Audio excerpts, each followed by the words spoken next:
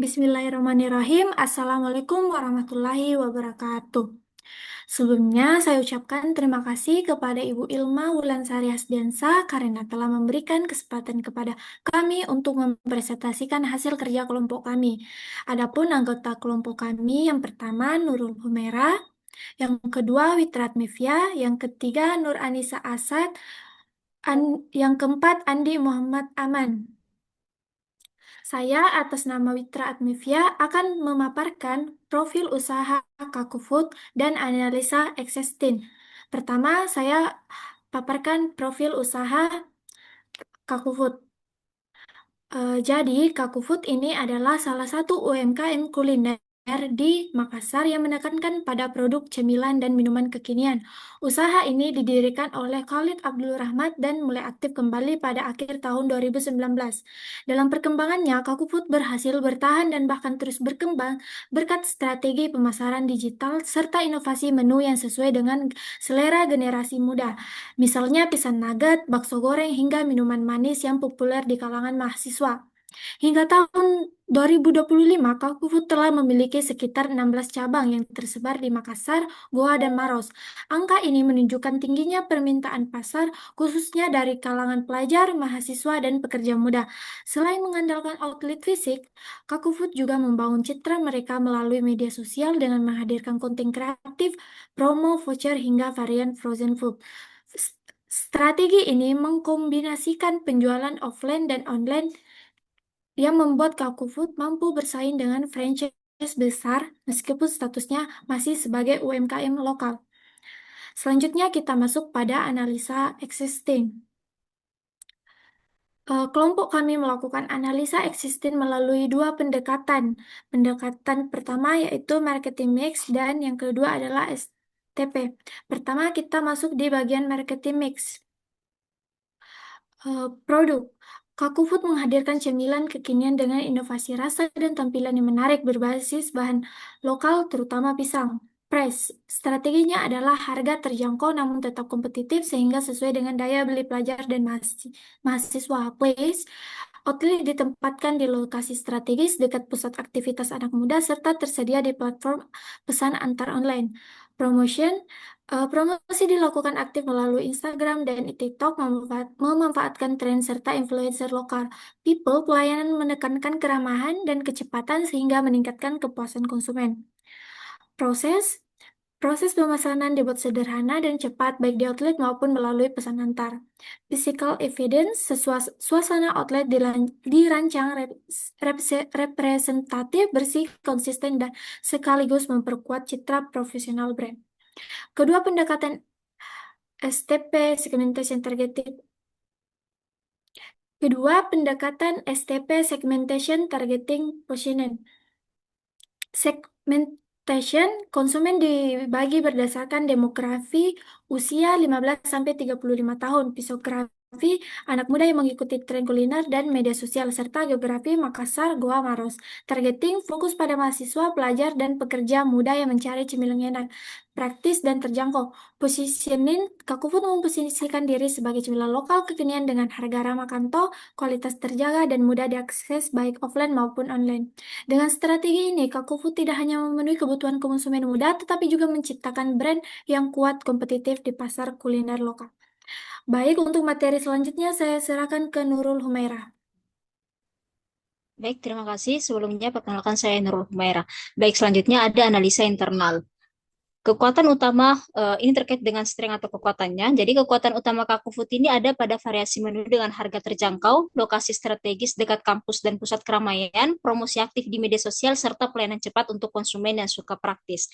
Namun ada weakness atau kelemahannya, yaitu jumlah cabangnya masih terbatas, fasilitas DNI-nya belum maksimal, dan ketergantungan bahan baku seperti pisang, tahu, serta minyak yang rentan fluktuasi harga. Baik, selanjutnya ada analisa eksternal. Kita lihat analisa kompetitornya. Jadi dari sisi kompetitor, Kakufut ini menghadapi pesaing langsung seperti Sang Pisang, Pisang Kipas Igor, dan kios cemilan lokal. Serta pesaing tidak langsung seperti Mixu, Janji Jiwa, hingga Hisana yang punya brand awareness dan modal lebih besar. Terus terkait dengan analisa pasar. Pasar kuliner di Makassar sendiri masih tumbuh pesat, khususnya segmen mahasiswa dan pekerja muda, apalagi didukung tren pesan antar online seperti GoFood dan GrabFood. Tapi tren kuliner cepat berubah sehingga inovasi menu dan strategi digital sangat dibutuhkan. Terus ada analisa lingkungan. Usaha cukup Lingkungan usaha cukup mendukung karena cabang Kakufood sudah ada lebih dari 15 titik strategis, namun tetap harus adaptif dengan tren kuliner yang cepat viral tapi juga cepat hilang. Baik, selanjutnya ada analisa SWOT. Ada strength, dia ini harga terjangkau, lokasi strategis, promosi aktif, pelayanan cepat. Terus weakness atau kelemahannya, cabang terbatas, fasilitas dine-in voucher, fasilitas dine-in masih kurang, dan ketergantungan bahan baku. Terus ada opportunity, tambah fasilitas dine-in, program voucher, konten kreatif digital, serta ekspansi luar Makassar. Selanjutnya ada trade, persaingan ketat, kenaikan harga bahan baku, pergeseran ke tren makanan sehat. Baik, terima kasih. Selanjutnya kepada pemateri selanjutnya. Baik, terima kasih. Sebelumnya, perkenalkan nama saya Nur Anissa Saad. Di sini saya akan menjelaskan bagian analisis BCG Matrix. Dalam matriks ini, kita mengelompokkan produk Kaku Food berdasarkan pertumbuhan pasar dan pangsa pasarnya. Pada start, terdiri bakso goreng dan pisang kekinian, seperti pisang roll, pisang nugget, dan pisang coklat. Menu ini jadi andalan karena viral di media sosial dan sering muncul di promosi yang cocok dengan tren cemilan kekinian, sehingga pertumbuhannya tinggi dan peminatnya banyak. Adapun pada Wilkat, terdiri minuman dark cocoa dan minuman khusus lainnya seperti Thai tea, leci tea, dan green tea. Karena menu baru tersebut mengikuti tren minuman kekinian, sehingga pertumbuhannya bisa tinggi jika promosi dan brandingnya kuat, walaupun market share-nya masih rendah dibanding cemilan utama Kako Food. Selanjutnya yaitu Kesko, yang terdiri dari tahu bakso, cireng, dan batagor. Menu klasik yang sudah dikenal luas dan stabil peminatnya walaupun tidak tumbuh cepat, tetapi produk ini tetap memberi pemasukan yang rutin. Adapun dog, terdiri dari pangsit basah dan menu setengah matang lainnya. Karena tidak semua konsumen menyukai menu rebusan dan setengah matang, sehingga peminatnya kecil, pertumbuhan lambat, dan sulit bersaing dengan menu gorengan yang lebih disukai. Next. Selanjutnya bagian analisis Porter 5 Forces. Yang pertama dari analisa trade of new entry. Bisnis ini mudah ditiru dan modalnya kecil, namun Kakufood sudah memiliki 16 outlet di Makassar, Maros, dan Goa, sehingga brand jadi lebih kuat. Adapun dari analisa supplier power, yakni bahan baku yang digunakan mudah didapat tetapi fluktuasi harga minyak dan pisang bisa menegar margin. Selanjutnya dari analisa buyer power, konsumen saat ini punya banyak pilihan, sangat sensitif terhadap harga dan biaya untuk beralih ke produk lain juga rendah. Oleh karena itu, promosi digital menjadi salah satu cara penting untuk membantu menjaga loyalitas pelanggan. Adapun dari analisa trade-off substitution, alternatif cemilan bagi konsumen juga sangat banyak, misalnya burger, boba, dan roti bakar. Selain itu, tren makanan sehat yang semakin berkembang berpotensi menggeser minat masyarakat terhadap gorengan. Terakhir dari analisa kompetitif rivalry. Persaingan di Makassar sangat ketat, baik dengan UMKM lokal maupun franchise nasional.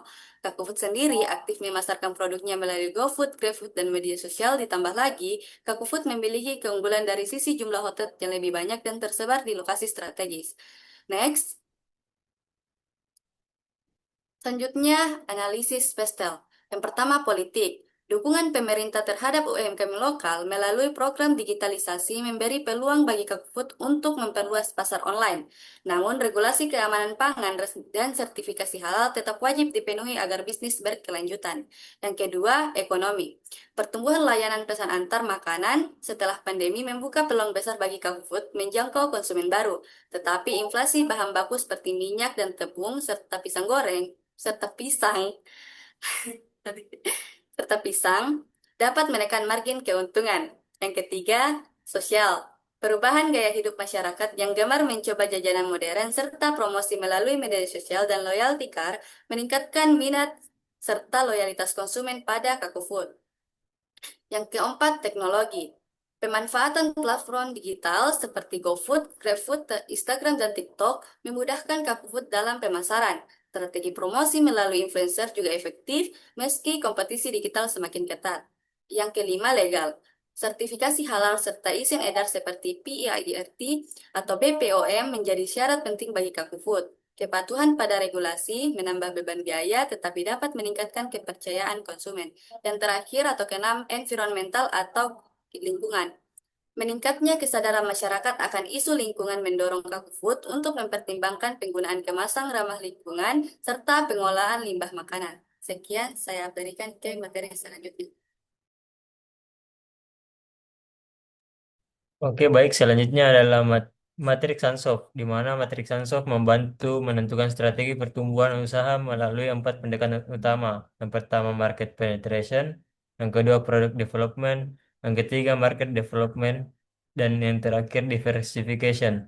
Yang pertama, market penetration, di mana market penetration ini memperdalam pasar yang sudah ada dengan cara meningkatkan promosi, memberikan penawaran menarik, hingga menambah fasilitas. Terus yang kedua, product development, yaitu menghadirkan produk baru untuk pasar yang sama, misalnya dengan menambah menu sehat, minuman pendamping, atau edisi terbatas. Yang ketiga, market development, yaitu memperluas jangkauan pasar dengan produk yang sudah ada, seperti membuka cabang di lokasi baru atau menyasar segmen keluarga.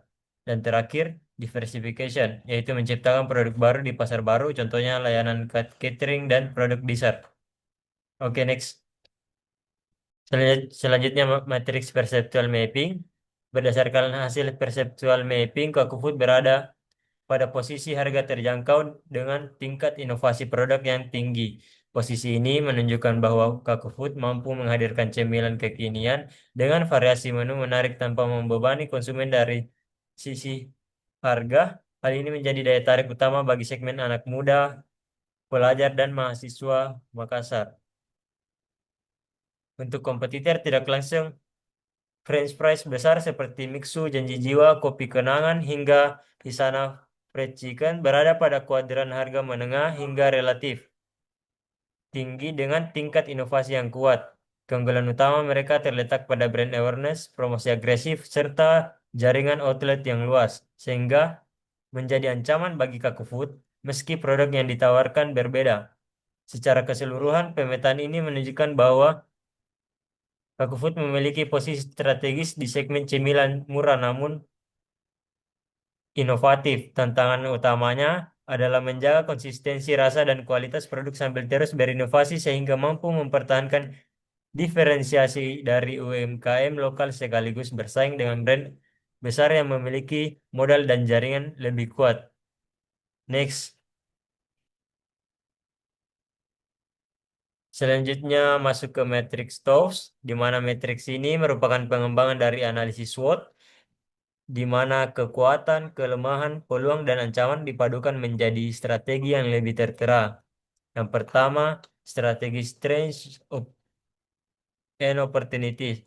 Strategi ini menggunakan kekuatan untuk memanfaatkan peluang, misalnya dengan mengoptimalkan promosi di media sosial, memperkuat citra menu variatif dengan harga terjangkau, memperluas cabang di luar Makassar, serta meningkatkan pelayanan cepat agar pelanggan semakin loyal. Yang kedua, strategi weakness and opportunities. Strategi ini digunakan untuk mengatasi kelemahan dengan memanfaatkan peluang. Contohnya membuka cabang baru untuk mengatasi keterbatasan cabang, mencari alternatif bahan baku agar tidak tergantung pada pemasok. Yang ketiga, strengths and threats. Strategi ini menggunakan kekuatan untuk menghadapi ancaman, misalnya dengan promosi kreatif di media sosial agar tetap bersaing, menawarkan harga terjangkau dan menu variatif agar bisa mengikuti tren makanan sehat, serta memanfaatkan lokasi strategis dan fasilitas dine-in untuk mempertahankan pelanggan meskipun persaingan ketat. Dan terakhir, strategi weakness and threats.